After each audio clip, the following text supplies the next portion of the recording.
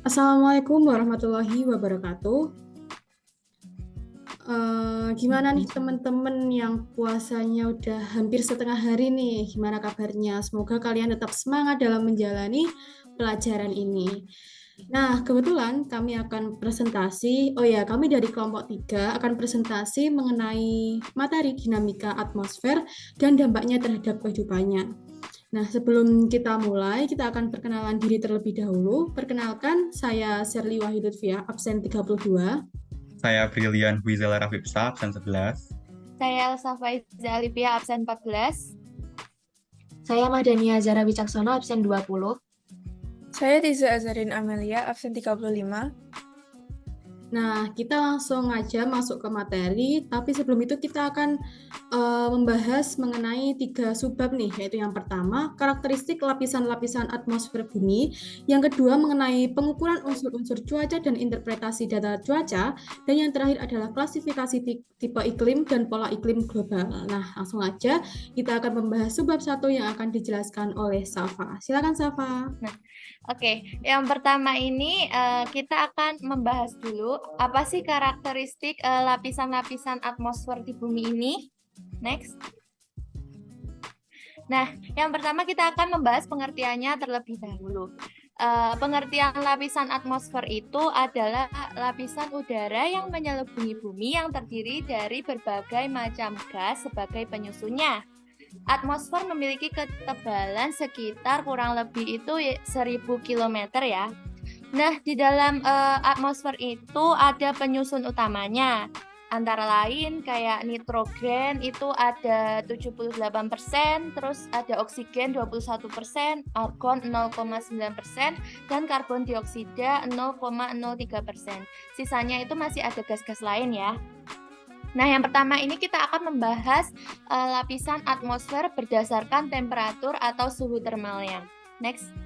Nah, ini ya urutannya. Ini yang dari yang paling dekat sekali dengan bumi itu ada troposfer, makin naik, makin naik lagi sampai yang terakhir itu ada exosfer. Oke, kita bahas satu persatu ya. Next. Yang pertama itu ada troposfer. Nah, troposfer itu adalah lapisan atmosfer yang terletak paling dekat dengan permukaan bumi seperti yang sudah kalian lihat di gambar tadi. Nah, itu merupakan tempat terjadinya gejala atau peristiwa cuaca kayak contohnya hujan, angin, dan badai. Nah, lapisan ini itu memiliki ketinggian 0 sampai 12 km ya. Nah, ini troposfer itu merupakan lapisan yang paling tipis di antara lapisan atmosfer lainnya. Di dalam troposfer ini, suhu udara itu cenderung menurun seiring dengan kenaikan ketinggian. Nah, setiap ketinggian 100 meter ini, suhunya nanti akan turun 0,5 derajat Celcius. Yang kedua itu ada stratosfer. Apa sih stratosfer itu? Nah, stratosfer itu adalah lapisan yang melindungi makhluk hidup dari sinar ultraviolet atau UV ya. Nah, karena stratosfer ini merupakan tempat bernaungnya lapisan ozon atau O3 yang dapat menyerap sinar ultraviolet. Nah, ini tuh memiliki sifat udara yang kering karena tidak mengandung kayak uap air, awan, dan debu. Nah, lapisan ini tuh terletak di atas troposfer ya. Ini memiliki ketinggian itu sekitar 12 sampai 50 km. Nah, di dalam stratosfer ini suhu udara nanti cenderung meningkat seiring dengan kenaikan ketinggian. Nah, setiap ketinggian 1 km dimulai dari 30 km, suhu udara itu akan naik 5 derajat Celcius. Next. Nah, yang ketiga ini ada mesosfer. Nah, apa sih mesosfer itu? Nah, mesosfer itu adalah lapisan atmosfer yang berfungsi sebagai tempat terbakarnya meteoroid ya. Jadi kita ini kan terlindungi banget ya dari ancaman benda angkasa yang bisa saja jatuh ke bumi ya. Nah, ini karena ada lapisan ini gitu. Nah, lapisan ini tuh terletak di atas stratosfer dan memiliki ketinggian sekitar 50 sampai 80 km. Nah, di dalam mesosfer ini suhu udara itu cenderung menurun seiring dengan kenaikan ketinggian. Penurunan suhu inilah yang menyebabkan perubahan objek dari luar angkasa sehingga meteor ini dapat terbakar kayak gitu cara kerjanya ya. Next, tempat itu ada termosfer. Nah, termosfer ini merupakan lapisan tempat terjadinya proses ionisasi. Nah, pasti kalian udah tahu ya ionisasi itu apa, kan nggak asing lagi ya. Di mana ion positif dan elektron bebas bermuatan negatif terbentuk. Nah, oleh karena itu tuh lapisan termosfer ini disebut juga lapisan ionosfer kayak gitu. Nah, gas yang bisa ditemukan itu dalam termosfer itu kayak atom oksigen, O2, terus ada atom nitrogen, N, helium, He, kayak gitu ya. Nah, lapisan ini tuh terletak di atas mesosfer dan memiliki ketinggian sekitar 80 sampai 500 km. Nah, di dalam termosfer ini suhu udara pada bagian paling atas itu bisa mencapai lebih dari 1000 derajat Celcius. Oke, next selanjutnya akan dilanjut dengan teman saya. Nah, selanjutnya kita masuk ke lapisan eksosfer. Nah, lapisan eksosfer ini adalah lapisan yang berada di ketinggian antara 500 sampai 1000 km. Lapisan eksosfer adalah lapisan terluar yang didominasi gas-gas ringan, yaitu hidrogen dan helium. Lalu, berkurangnya pengaruh gravitasi bumi membuat gas-gas tersebut terlempar keluar. Nah, lapisan eksosfer ini itu fungsinya sebagai tameng pertahanan pertama bumi dari benda-benda luar angkasa yang ingin jatuh ke bumi kayak meteor, terus asteroid, sama sinar kosmik. Next. Selanjutnya kita masuk ke lapisan atmosfer berdasarkan kondisi gasnya. Yang pertama yaitu ada lapisan ozonosfer. Nah, lapisan ozonosfer ini terdiri dari lapisan troposfer sampai mesosfer. Nah, di dalamnya ini terjadi kesetimbangan gas seperti adanya gas-gas poliatomik oksigen. Lalu, lapisan ozon atau lapisan ozonosfer sendiri itu berada di ketinggian antara 15 sampai 35 km di atas permukaan bumi ya. Lalu, fungsi lapisan ozonosfer sendiri itu untuk melindungi bumi dari bahaya radiasi ultraviolet yang berasal dari matahari. Biasanya ini tuh buat mencegah itu penyakit kanker kulit begitu. Sama buat mencegah terganggunya sistem imun manusia. Next. Yang kedua yaitu ada lapisan ionosfer. Nah, lapisan ionosfer adalah lapisan termosfer yang terdiri dari lapisan D, E, dan F. Di dalamnya terjadi peristiwa rekombinasi atau tumbukan ion-ion. Nah, lapisan ionosfer sendiri itu berada di ketinggian antara 50 hingga 1000 km di atas permukaan bumi. Lalu, fungsi dari lapisan ionosfer sendiri yaitu untuk memantulkan gelombang radio yang berguna untuk mengirimkan sinyal radio ke tempat-tempat yang jauh dari jangkauan muka bumi. Next. Selanjutnya kita masuk ke gejala-gejala pada atmosfer. Yang pertama yaitu pelangi. Nah, terbentuknya pelangi itu disebabkan karena terjadinya proses pembiasan cahaya atau sinar matahari. Nah, pembiasan cahaya itu dibelokkan sehingga berpindah tempat dari medium yang satu ke medium yang lain dengan bantuan tetesan air yang berasal dari atmosfer bumi. Next. Nah, apa itu fata morgana? Fata morgana merupakan ilusi optik yang disebabkan oleh kondisi atmosfer. Nah, wujud dari fata morgana sendiri itu biasanya berupa lapisan atau genangan air yang muncul di gurun pasir atau di jalan yang panas. Next. Fenomena ketiga yaitu ada kabut atau fog. Nah, kabut itu terbentuk karena adanya proses kondensasi uap air di dekat permukaan tanah atau di dekat air yang dingin hingga ketinggian 500 meter. Nah, biasanya kabut atau fog ini tuh terjadinya di pagi hari kayak gitu. Oke, selanjutnya adalah pengukuran unsur cuaca dan interpretasi data cuaca. Nah, di sini kita akan membahas dua subbab lagi nih. Yang pertama, pengertian cuaca, dan yang kedua adalah unsur-unsur cuaca. Nah, pengertian cuaca sendiri itu adalah keadaan udara di wilayah yang relatif sempit dan dalam waktu yang pendek atau hanya beberapa jam saja. Nah, ilmu yang mempelajari keadaan cuaca disebut meteorologi. Kemudian kita akan membahas unsur-unsur cuaca. Yang pertama adalah penyinaran matahari. Matahari memancarkan sinar ke segala arah dalam membentuk gelombang elektromagnetik. Dan intensitas sinar matahari di tiap wilayah berbeda yang menyebabkan perbedaan cuaca dan iklim. Nah, penyinaran matahari yang memanaskan atmosfer dibagi menjadi pemanasan langsung dan pemanasan tidak langsung. Alat untuk mengukur penyinaran matahari disebut solarimeter. Kemudian, proses pemanasan secara langsung yaitu yang pertama ada absorpsi, yaitu penyerapan unsur-unsur radiasi matahari oleh zat-zat di atmosfer. Yang kedua ada refleksi, yaitu pemantulan unsur-unsur radiasi matahari oleh butir-butir air di atmosfer, awan, dan partikel lain di atmosfer.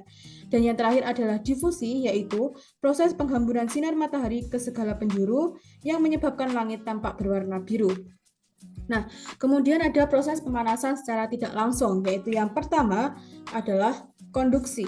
Konduksi itu adalah udara panas saling bersinggungan dengan udara yang suhunya lebih rendah, sehingga lapisan di atasnya menjadi panas. Yang kedua adalah konveksi, yaitu udara panas yang berpindah secara vertikal yang mempengaruhi udara yang suhunya lebih rendah di atasnya sehingga menjadi panas. Yang ketiga ada adveksi, yaitu udara panas yang berpindah secara horizontal atau mendatar terhadap udara yang awalnya tinggi. Dan yang terakhir adalah turbulensi, yaitu penyebaran udara panas secara tidak teratur dan berputar akibat pengaruh permukaan bumi yang tidak datar. Nah, kemudian kita akan membahas tentang suhu udara. Nah, suhu udara itu adalah unsur cuaca dan iklim yang berupa derajat panas dari aktivitas molekul dalam atmosfer. Suhu diukur dengan termometer dan suhu dinyatakan dalam satuan derajat Celcius atau Kelvin. Kemudian ada kelembapan udara. Kelembapan udara adalah kandungan uap air yang ada dalam udara, dan alat untuk mengukur kelembapan udara sendiri itu adalah hygrometer dan psikometer. Nah, kelembapan udara itu dibagi menjadi dua, yaitu kelembapan udara mutlak atau absolut dan kelembapan udara relatif atau nisbi. Kelembapan udara absolut sendiri itu merupakan jumlah uap air maksimal yang dapat tertampung di 1 meter kubik udara, dan kelembapan udara relatif atau nisbi itu adalah perbandingan uap air yang ada dengan uap air maksimal yang ditampung di 1 meter kubik. Kemudian ada tekanan udara. Nah, tekanan udara sendiri itu adalah pengertiannya gaya yang diberikan oleh udara di sekitar kita ke objek atau permukaan yang berada di dalamnya. Tekanan udara diukur menggunakan alat barometer dengan satuan milibar atau MB atau ATM. Nah, faktor-faktor yang mempengaruhi tekanan udara sendiri itu ada 3, yaitu yang pertama, tinggi suatu tempat, yaitu suatu tempat yang berbanding balik dengan tekanan udara di daerah tersebut. Yang kedua ada suhu udara, yaitu suhu udara itu sangat mempengaruhi tekanan udara karena ketika suhu udara atau suhu udara yang tinggi akan mengembang dan volume udara tersebut menjadi lebih besar. Dan yang terakhir adalah sebaran lautan dan daratan, yaitu pengaruh ini sangat jelas karena berpengaruh pada lintang pertengahan. Pada musim dingin, benua relatif lebih dingin dan mempunyai tendensi membentuk pusat-pusat tekanan tinggi. Kemudian ada angin. Angin sendiri itu pengertiannya adalah udara yang bergerak dari tekanan tinggi ke tekanan rendah atau dari suhu udara yang rendah ke suhu udara yang tinggi. Angin diukur dengan alat anemometer dalam satuan km per jam atau mm per jam dan menggunakan standar satuan knot. Nah, jenis angin ini dibagi menjadi 4, yaitu angin laut dan angin darat, di mana angin laut ini adalah angin yang bertiup dari arah laut ke arah darat terjadi pada siang hari dari pukul 9 sampai dengan 16 atau jam 4 sore. Kemudian angin darat itu angin yang bertiup dari arah dari arah darat ke arah laut terjadi pada malam hari pukul 20 atau pukul 8 malam sampai dengan pukul 6 pagi. Nah, selanjutnya kita akan membahas jenis-jenis angin, yaitu angin lembah. Nah, angin lembah sendiri itu adalah angin yang bertiup dari lembah ke puncak gunung yang terjadi pada siang hari. Nah, sebaliknya ada angin gunung, itu angin yang bertiup berarah dari puncak gunung turun ke lembah yang terjadi pada malam hari. Oke. Nah, selanjutnya ada angin von. Angin von sendiri itu disebut angin jatuh, yaitu kelanjutan dari proses terjadinya hujan orografis. Nah, setelah sampai puncak, maka angin akan turun melalui lembah-lembah yang sifatnya kering dan panas. Nah, angin itu sifatnya merusak karena suhunya cukup tinggi dan mengakibatkan banyak tanaman-tanaman yang mati di setiap daerah. Nah, nama angin itu berbeda. Angin von, misal kayak di daerah Sulawesi Selatan, dinamai angin brubu.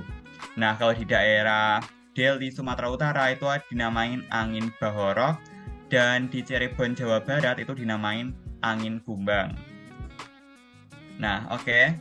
Ini ada gambar skema angin von. Laut mengalami penguapan, berubah jadi awan, hujan, dan udara kering dan berubah menjadi angin von. Oke, next. Nah, selanjutnya ada angin muson barat dan angin muson timur. Nah, kalau angin muson barat itu mengalir dari benua Asia ke benua Australia. Nah, angin itu membawa banyak uap air karena melewati perairan dari samudra, nah, serta mengakibatkan Indonesia mengalami musim penghujan.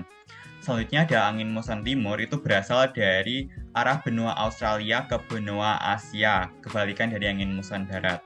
Sifatnya itu kering karena melalui beberapa gurun yang mengakibatkan Indonesia mengalami musim kemarau.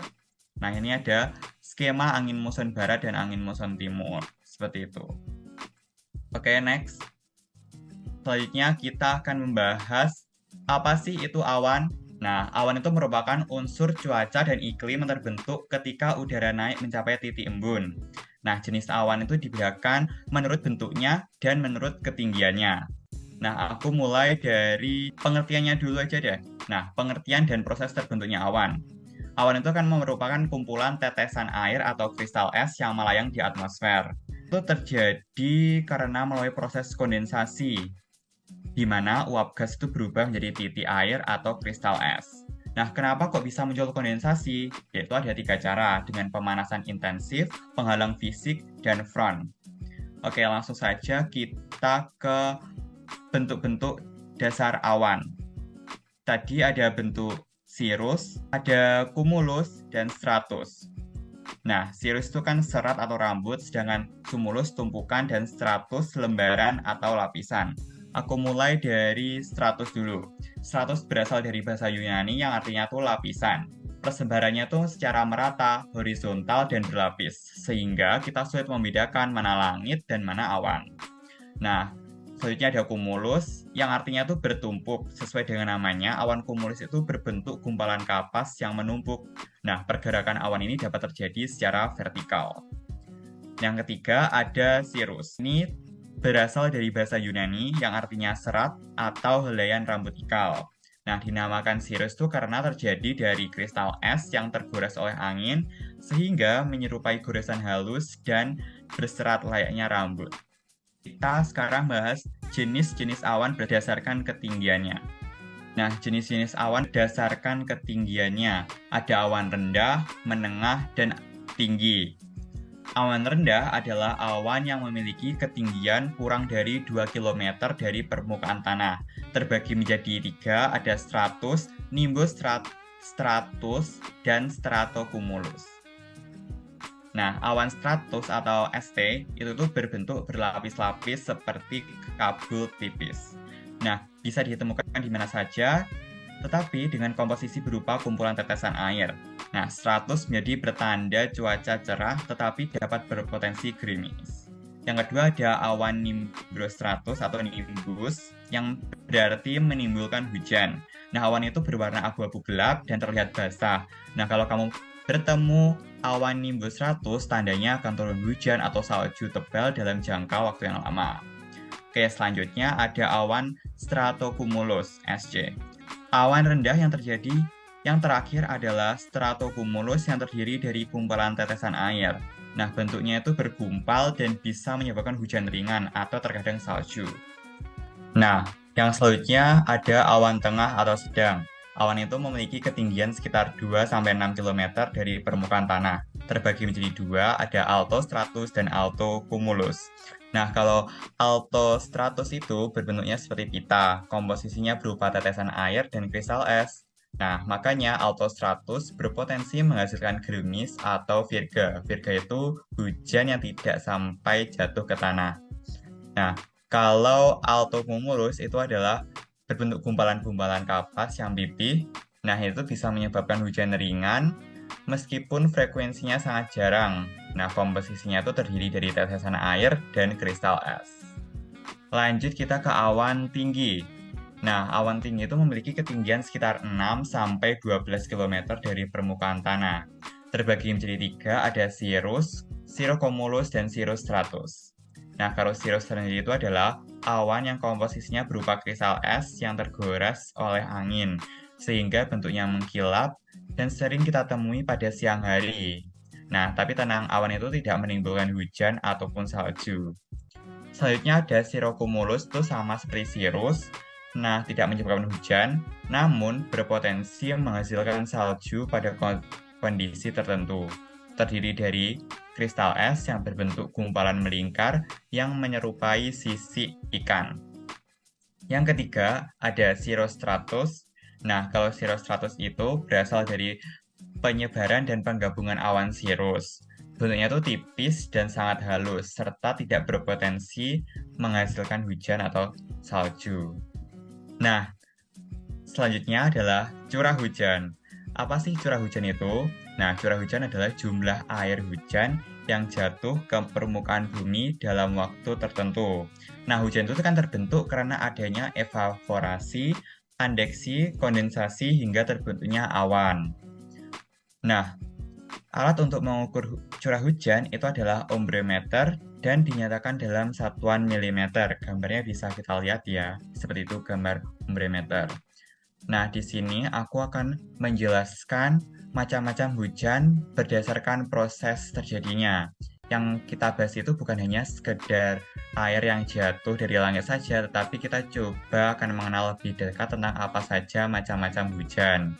Yang pertama itu ada hujan zenital.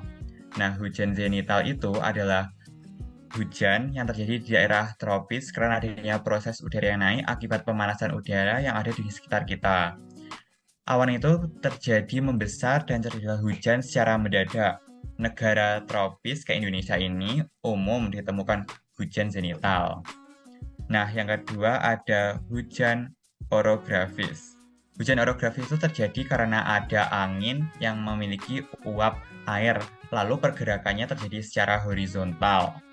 Angin akan bergerak melewati pegunungan, sehingga menyebabkan suhu angin jadi dingin karena terjadi proses kondensasi. Nah, titik air yang mulai mengendap menyebabkan hujan di lereng gunung yang menghadap pada arah datangnya angin tadi, itu akan membawa uap air dalam perjalanannya menuju lereng, sehingga bagian itu nggak mengalami turunnya hujan. Oke, yang ketiga ada hujan frontal. Nah, hujan ini tuh terjadi pada daerah front yang disebabkan oleh pertemuan dua massa udara yang memiliki temperatur yang berbeda. Oke, selanjutnya ada hujan siklonal. Nah, kalau hujan siklonal itu terjadi karena ada udara panas dibarengi dengan angin yang berputar di suatu tempat. Kondisi itu biasanya terjadi di daerah yang dilewati garis khayal ekuator. Kondisi ini terjadi karena ada pertemuan antara angin pasat timur laut dengan angin pasat tenggara.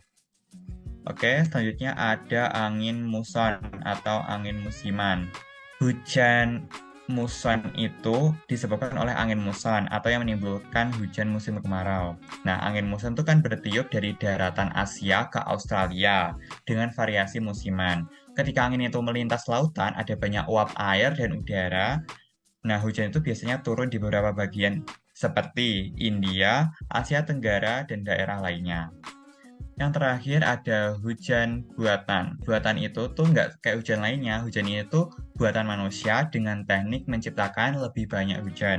Biasanya dilakukan karena tidak pernah terjadinya hujan atau untuk memadamkan api yang biasanya terjadi pada kebakaran hutan. Nah, metode reduksi hujan ini tuh mengalami proses fisik, yaitu melibatkan proses tumbukan dan aglomerasi. Tumbukan dan aglomerasi yang kemudian diolah dengan proses pembentukan es atau nukleasi es. Oke, next. Nah, kita sudah sampai ke materi terakhir yaitu klasifikasi tipe iklim dan pola iklim global. Oke, next. Nah, iklim adalah keadaan cuaca rata-rata dalam waktu yang lama dan meliputi wilayah yang luas. Oke, next. Oke, jadi aku akan bahas klasifikasi iklim. Next. Nah, yang pertama ini ada iklim matahari. Nah, apa sih iklim matahari itu? Jadi, iklim matahari itu adalah iklim yang pembagiannya didasarkan pada banyaknya sinar matahari yang diterima oleh permukaan bumi. Nah, karena intensitas panas yang diterima suatu tempat itu dipengaruhi oleh letak garis lintang, maka iklim matahari ini disebut juga dengan iklim garis lintang. Lanjut ada iklim fisis. Nah, iklim fisis itu klasifikasi iklim berdasarkan keadaan atau fakta sesungguhnya di suatu wilayah muka bumi. Sebagai misalnya pengaruh lautan, luasnya daratan, pengaruh angin, arus laut, vegetasi, dan topografi. Nah, iklim fisis ini ada 5 ya teman-teman dibaginya. Yang pertama ini ada iklim laut, adalah iklim yang mempunyai suhu rendah atau dipengaruhi angin laut. Nah, ciri-cirinya amplitudo suhu harian dan tahunannya kecil. Lalu sering turun hujan yang disertai petir. Lanjut ada iklim darat atau kontinent. Itu adalah iklim yang dipengaruhi oleh adanya angin darat. Ciri-cirinya amplitudo suhu harian dan tahunannya besar. Sewaktu musim panas suhunya tinggi dan pada musim dingin suhunya rendah. Lalu ada iklim dataran tinggi. Tentunya iklim ini ada di dataran tinggi ya teman-teman. Untuk ciri-cirinya, amplitudo suhu harian dan tahunannya besar, suhunya kering, kelembapan udara sangat rendah dan jarang turun hujan. Lalu ada iklim gunung. Iklim gunung merupakan iklim bersuhu besar atau dipengaruhi pancaran sinar matahari secara langsung. Ciri-cirinya, amplitudo suhu hariannya besar, tekanan udaranya rendah, dan sinar mataharinya terik. Nah, yang terakhir ini ada iklim musim atau muson. Terdapat di daerah yang memiliki angin muson karena dapat menimbulkan pergantian arah angin tiap setengah tahun sekali.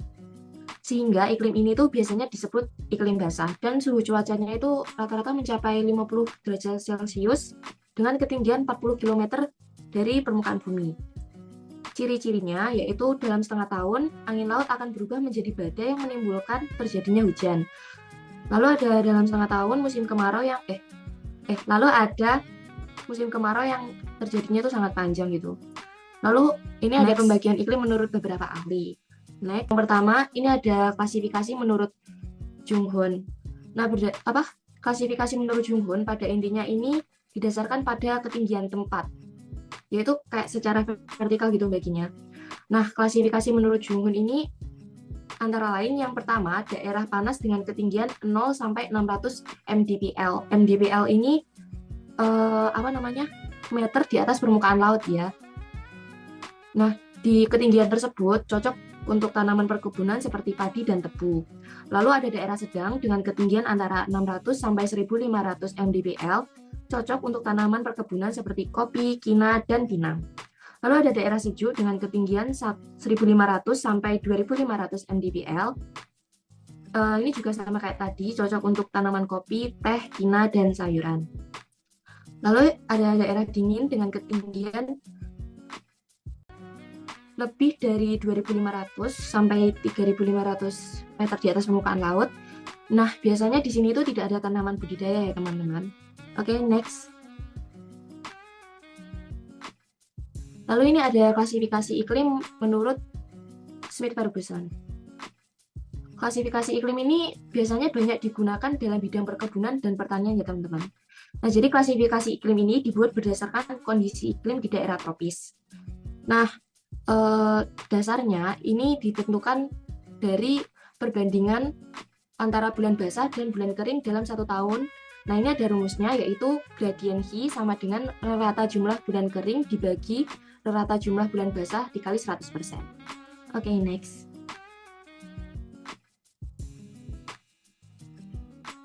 Nah, ini indikator yang digunakan untuk menentukan bulan basah, bulan lembab, dan bulan kering.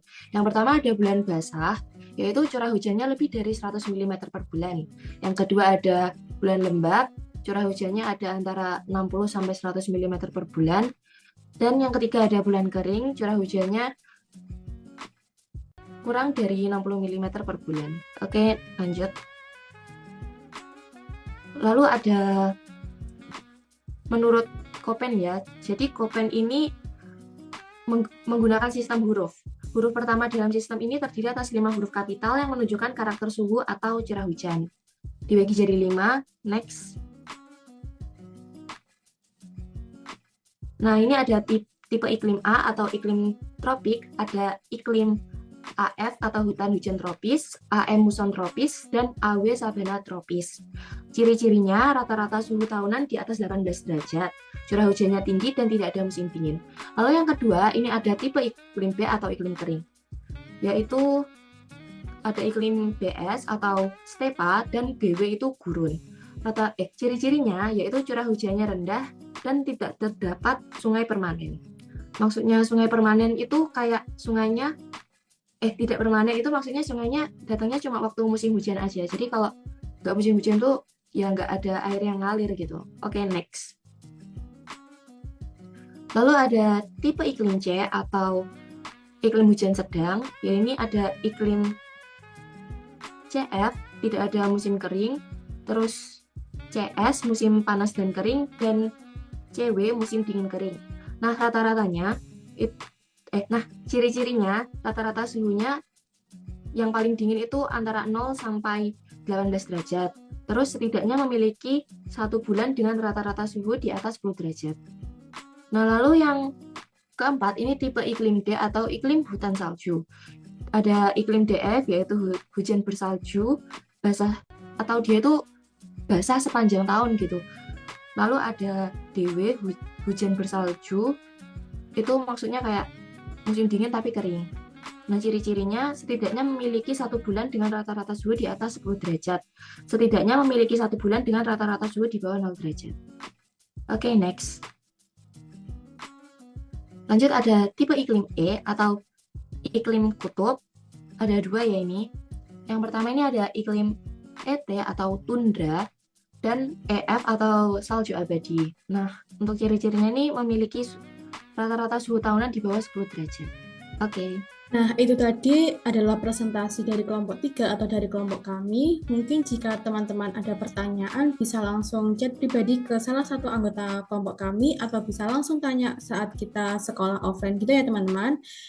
Sekian dari kelompok kami. Terima kasih atas perhatiannya dan tetap semangat dalam menjalani puasa.